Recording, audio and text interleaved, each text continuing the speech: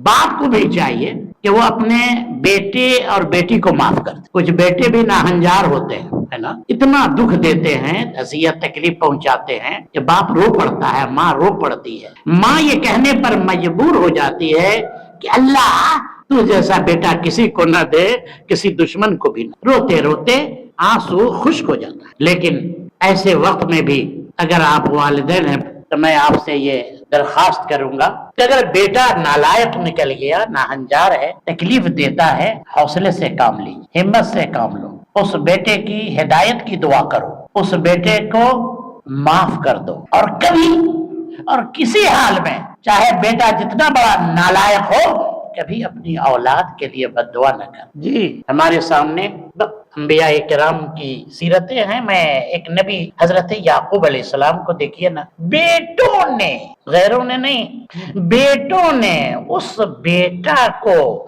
जंगल के अंधे कुएं में डाल दिया। जिस बेटा से टूट कर याकूब मोहब्बत कर, जिस बेटे के बगैर याकूब अलैहिस्सलाम को करार नहीं, जो बेटा याकूब की आंखों की ठंडक था, जो बेटा मुस्तकबिल का नबी था। जब बेटे ने यूसुफ ने कह दिया, अब्बा जान 11 सितारे सूरज चांद को हम देख रहे हैं, मुझे सजदा करते देखा, ख्वाब देखा है, तो समझ गए याकूब कि मेरे बाद यही मेरा वारिस होगा। अल्लाह इसी लाल के सर पर नबूवत का ताज रखेगा। मेरा ही ये बेटा तौहीद की दावत को लेकर, मेरी तहरीक को लेकर और मेरे मिशन को लेकर आगे बढ़ेगा।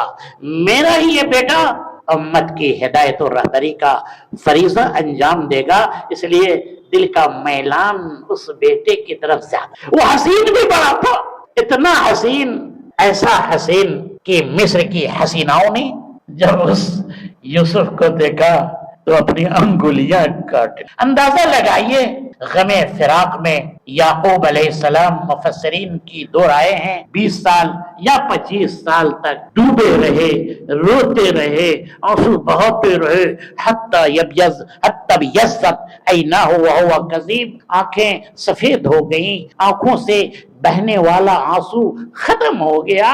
हर वक्त पता यूसुफ किस हाल में है, यूसुफ कहाँ है, अरे यूसुफ ने क्या खाया। अंदाजा लगाइए याकूब अलैहिस्सलाम की तकलीफ। लेकिन ये भी एक हकीकत है, सब्र देखो, जज्बे माफी देखो एक बाप का। हमारा तो हाल यह है कि थोड़ा सा मिजाज के खिलाफ के घर से निकल जाओ, आग कर देंगे।